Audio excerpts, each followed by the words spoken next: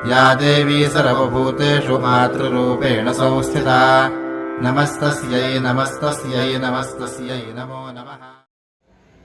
नमस्कार दोस्तों, श्री माँ ज्योतिष कार्यालय यूट्यूब चैनल में आप सभी का हार्दिक हार्दिक स्वागत है।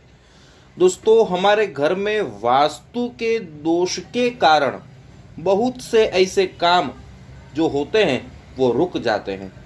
आज मैं ऐसे दोष के बारे में बात करने वाला हूँ कि ज़्यादातर ऐसा देखा गया है कि ये दोष के होने के कारण बहुत से लोगों के बिजनेस रुक जाते हैं, बहुत से लोगों की शादी में दिक्कतें आती है, परिवार में झगड़े बढ़ जाते हैं, परिवार में सब अलग अलग रहने लगते हैं, परिवार में कोई ना कोई व्यक्ति बीमार ही रहता है।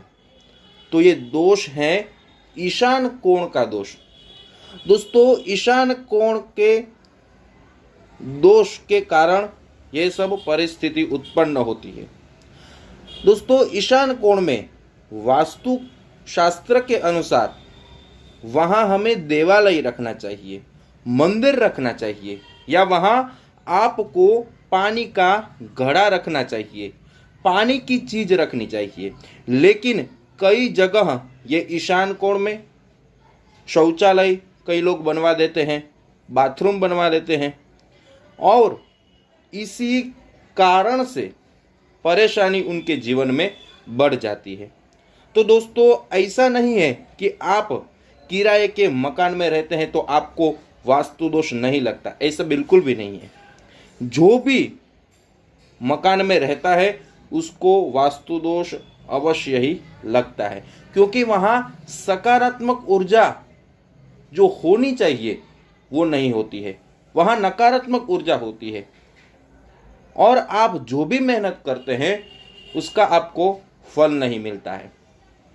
आज यदि आप कहीं पर भी रहते हैं और ये आपको दोष आ रहा है, तो दो ऐसे वास्तुशास्त्र के अनुसार आपको अपने घर में किसी भी प्रकार का कोई चेंजेस नहीं करना पड़ेगा, आपको वहाँ कुछ बदलना नहीं पड़ेगा, ऐसा उपाय देने वाला हूँ। लेकिन ये दो उपाय दे रहा हूँ, उसमें से कोई भी एक उपाय आप करेंगे तो भी आपको ईशान कोण का दोष नहीं लगेगा। तो दोस्तों, सबसे पहला उपाय दे रहा हूँ कि यदि आपके घर में ईशान कोण में, जिसको देवस्थान माना गया है, और वहाँ आपका शौचालय है, बाथरूम है, तो पहले वो आप बंद कर दीजिए।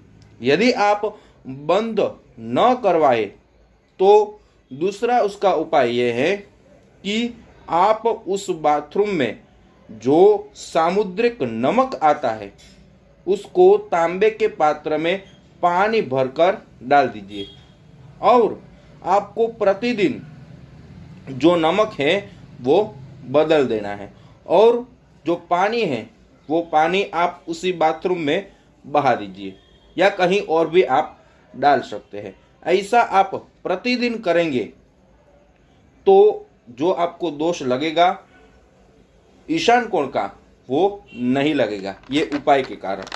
और दोस्तों, शादी की परेशानी इस दोष के कारण से ही आ सकती है।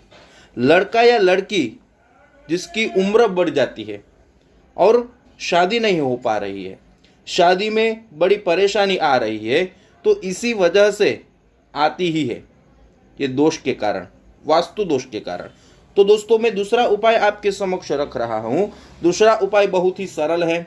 आप यदि देवालय की स्थापना ईशान कोण में नहीं कर पाए हैं, क्योंकि वहाँ शौचालय आपने बनवा दिया है, तो आप चेंजेस नहीं कर पाए, तो एक काम कीजिए कि वो शौचालय थोड़ी दूर कर दीजिए वहाँ से, और वहाँ आप माँ तुलसी जी का पौधा लगा दीजिए। लेकिन आपको एक बात का अवश्य ध्यान रखना है कि शौचालय और माँ तुलसी जी का जहाँ आप पौधा लगा रहे हैं उसमें थोड़ा नहीं परंतु पूरा अंतर रहना चाहिए। और यदि बाथरूम है तो पहले आप उस बाथरूम को गंगा जल से स्वच्छ कर दीजिए।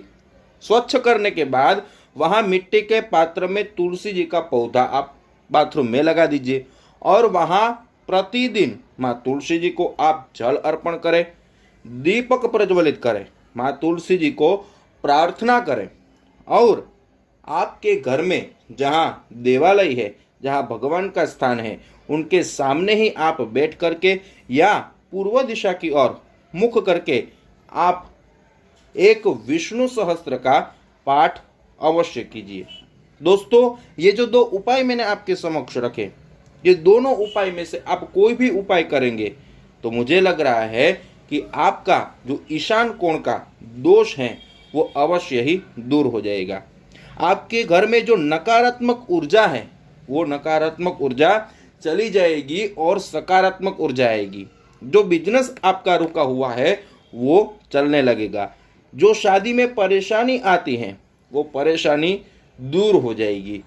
जो बीमारी आपके घर में रहती है वो बीमारी भी धीरे धीरे दूर हो जाएगी।